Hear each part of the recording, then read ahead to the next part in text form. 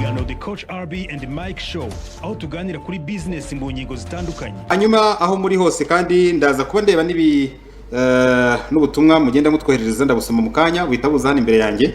Ubwo niba ufite ikibazo runaka ushaka kubaza ni n'ubuhamya ushaka gutanga ku buryo ikiganiro kimaze kumarira byaba ari byiza cyane. Mwabibonye mutese birashoboka ko namwe cyangwa hano mu Rwanda twakora buriya bucuruzi bw'indorerwamo kuri internet. Ese birashoboka? Reka coach yongera tubwire muri rusange ruriya rubuga rwa internet nkuko twari tubivuze, yenda turebe natwe mu Rwanda niba bishoboka, yenda arongera anatubongeho gatoya tubwire niba hari website umuntu yanyiraho akaba yabikora. Wagarutse nanone karibu sana. Waranyirukanye. Warubuze gatoya. Byaravugaga nuko nkize neat optical irahampeshi hari yitwa katurebe yitwa Filmo. Nkini ya hano nawe competing na Zenith, right? Nubango nayo umuntu ashobora kuguriraho indorerwamo z'amaso ku giciro gitoya. Hari nyinshi na UK. Etse muri kanga UK. UK. Actually kanga Zenith kashiraho optical UK. Direct site ingine mu Bwongereza n'urugero. Zengizi ziruzuye pound 25 birashoboka gukora business nk'iyi hano iwacu mu Rwanda. Haburi iki? Uyu munsi ndi mu Rwanda akora business bo bajyaho ntekereza urumva mu gihe twe tuganira tutekereza ndamutse ngiye gukora business nabigenza nako twazikora zose business tuganiriza abantu sibyo birumvikana nibyo. Uyu munsi ngiye kubikora icyo nakora no gukora publicity sibyo nkajya nkagura nk'ama frame ngo ni za montire haza abantu kubona amafaranga icumi abantu kubona right kubyo agenda kujya ko handi ibiraho akaba yafite montire yanjye niba batabyemera rero nakora publicity nkagira niba ushaka rinete kuko ushaka website ugakurura abakiriya ugakurura data y'izi website zindi. Okay ndabyumva. Kumugura katureka tujya tureko hari affiliate market. Let's start there. Katureka ko bafite affiliate market. Reka nsabe Trezor abyigize imbere kugira ngo abantu babikurikire nabo. Kandi affiliate market. Kandi urabona ko umuntu ashobora kwishyura na Visa, Mastercard. Simple. PayPal. Ni e-commerce isanzwe kabisa. Ariko yaba ni net gusa. No kugira ngo afate zose mazikurura nkazishyiraho. None umuntu yahitamo kwishyura iwanjye ngatangira urumva none ngiye 25 ari kuja cyangwa 3 urumva ujya hangaha ngashyira nka picking area yose sibyo ugakora procedure nkaho ugiye kuzigura yego ugashyiramo procedure yose ugashyiramo na shipping kuva mu Bwongereza cyangwa se mu Faransa cyangwa hehe y'ubu kupikenza ugashyiramo ubikwereka bizagusaba ngahe gukora shipping kugeza mu Rwanda ukamenya icyo shipping nta kintu bitwaye ukamenya icyo cyo marinate ukamenya imisoro byose amara kumenya ugatongera hano kwijana yawe cyangwa 50% yawe cyangwa 100% yawe ushaka rero ko umuntu aje ku yawe agomba kuguha ingero uzamure hejuru gato tuarebe umuntu agomba kuguha inyandiko yo kwa muganga right kigiye kuko kwa inyandiko kwa muganga uhita uploading mo ngani nuko bisaba so etape ya mbere ni ukujya kuri website cyangwa iyi ari yose nk'iyo ni nariniho cyangwa kujya kuri izindi.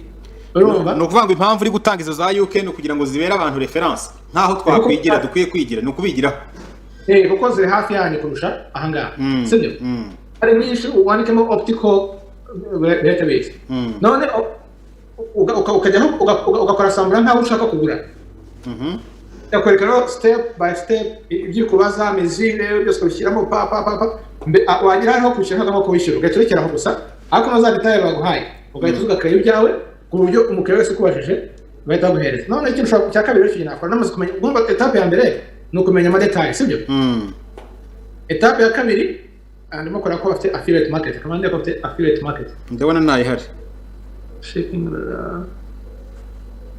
you never know ubu ushobora gukora ikigango tunashaka represent muri Africa urabona ko nta gihugu na kimwe cyo muri Africa gihari kimwe anyway so etape ya kabiri no kuza nkajya hangaha nkandikamo ubu tugiye gukora business optical nanjye ndimo ndareba ndebe kuri isomo uri kwigisha rwose so landing page builder design template ushobora gukoresha Wix iroroshye ku bantu benshi. Ariko reka bashyiremo screen yose ndabona mbirebera kuremo gake. Okay, gutya ni sawa. Turebe advance ni sawa nayo.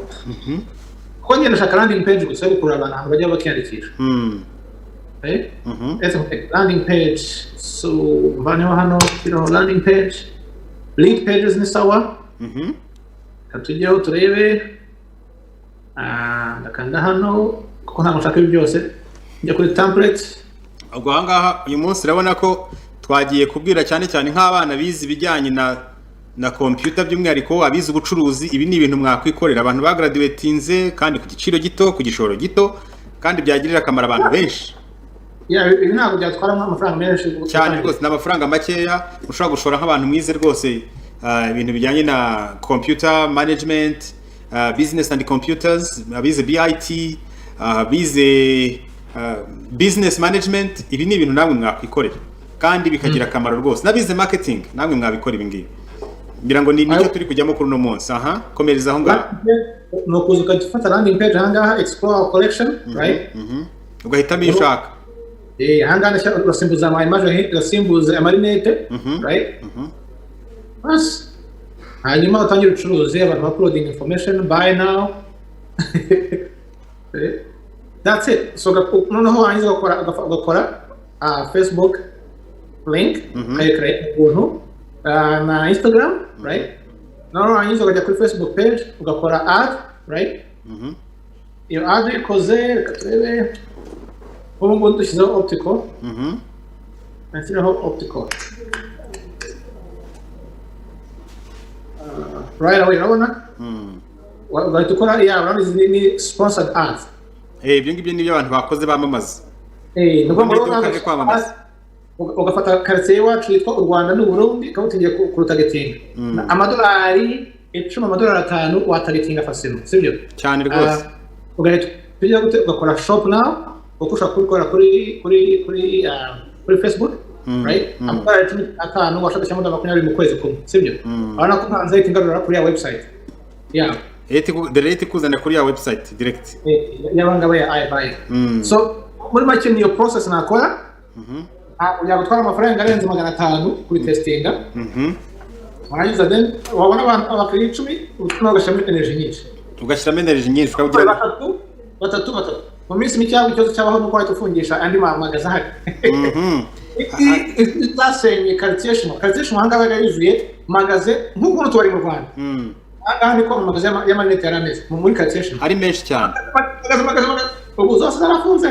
Nta business ikiri kubera ibi ngibi bya online. Kuko mu Rwanda ushaka rinete ugomba gutega ukava iwawe ukagenda ugahiga mu mujyi hamwe cyane cyane muri aya shops y'abavandimwe baturuka mu Buhinde nibo benshi babifite. Ibaze rero mu Rwanda waje kubikora gutyo ukabikora no ku rwego navuga. Impamvu rinete zihenda urumva abafite magazi abayishyura abakozi umuriro amazi amakonto arashyiramo amarinete byose n'amatara kugira ngo bibe bishining. N'umuzamu n'iki byose iyo ugiye online ibyo byose tubivana usigarana icyitwa delivery gusa. Delivery n'akamoto simple.